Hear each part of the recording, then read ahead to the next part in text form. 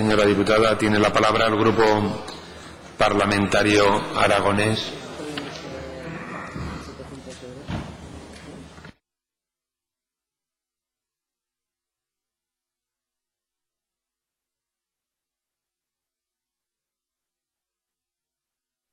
Gracias, señor presidente. Vamos a votar en contra de esta propuesta que trae hoy aquí Ciudadanos y, sinceramente, cuando leímos la iniciativa no entendimos muy bien de qué estábamos hablando. Nos parece que es una ocurrencia que ha tenido Ciudadanos trayendo esta propuesta, con todos nuestros respetos, y desde luego están en su legítimo derecho, pero es una ocurrencia que han traído a estas Cortes, y es que hablan de que sea incompatible ser parlamentario, ser diputado en estas Cortes, con ser alcalde, presidente de comarca o presidente de Diputación Provincial. Mire, en cuanto a lo de la presidencia de la Diputación Provincial, igual hasta podríamos estar de acuerdo con ciertos matices, porque verdaderamente, bueno, tiene ciertas peculiaridades.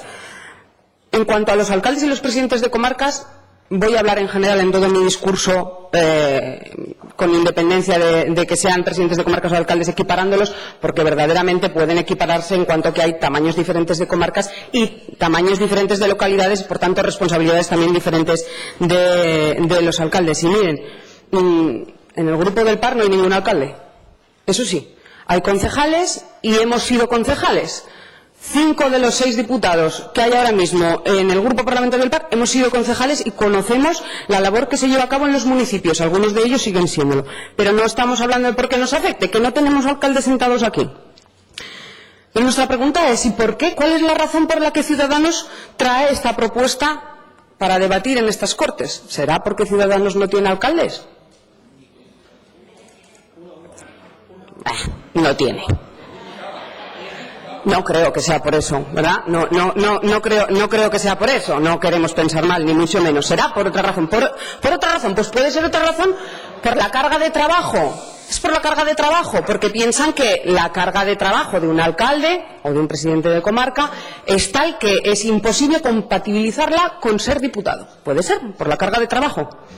Yo le pregunto, ¿la misma carga de trabajo tiene el alcalde de Riodeva que el alcalde de Zaragoza? Si es por la carga de trabajo, no nos vale. Otra razón, por los sueldos o los ingresos que puedan percibir. Pero es que no es eso de lo que han hablado. Porque si quieren hablamos de eso. Y efectivamente, quizás ahí podríamos ponernos de acuerdo en la incompatibilidad, que es lo que de verdad les preocupa a los ciudadanos. A los ciudadanos no les preocupa que una persona pueda desempeñar 2 responsabilidades. No les preocupa eso. Les preocupa, en todo caso, que tengan un doble ingreso o un doble salario, o que perciban sueldos de diferentes administraciones. Eso sí que no les gusta, pero que desempeñen trabajo en ambas administraciones o en ambas instituciones, nosotros creemos desde luego que no. Traigan aquí la propuesta de hablar de salarios, de hablar de ingresos, y hablaremos. ¿Y cómo pretenden hacer esta propuesta? ¿Qué pretenden? ¿Que sea lineal? Es decir, todos iguales, tabla rasa, por ser alcalde o por ser presidente de comarca. Da igual el número de habitantes de su localidad, da igual, por ser alcalde, castigado, no puede ser parlamentario. Aunque pueda ser un magnífico parlamentario, que a lo mejor es una persona que puede ser, pues, mucho mejor parlamentaria que usted y que yo juntas. Pero eso sí, si es parlamentaria no puede aspirar a ser alcalde de su pueblo, aunque sea de Foz. No puede ser.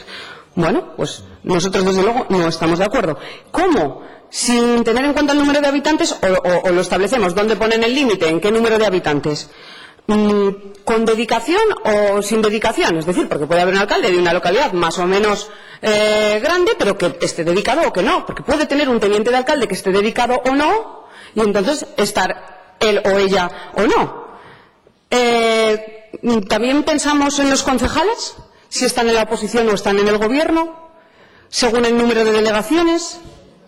Claro, a lo mejor resulta que podemos llegar a una paradoja tal que el concejal de urbanismo del Ayuntamiento de Zaragoza pueda ser parlamentario y en cambio no puede ser parlamentario el alcalde de cualquier pueblo pequeño de Aragón. Vaya, ¿es por carga de trabajo o es por ingresos? Por ingresos, y la mayoría no cobra, en los pueblos no cobran.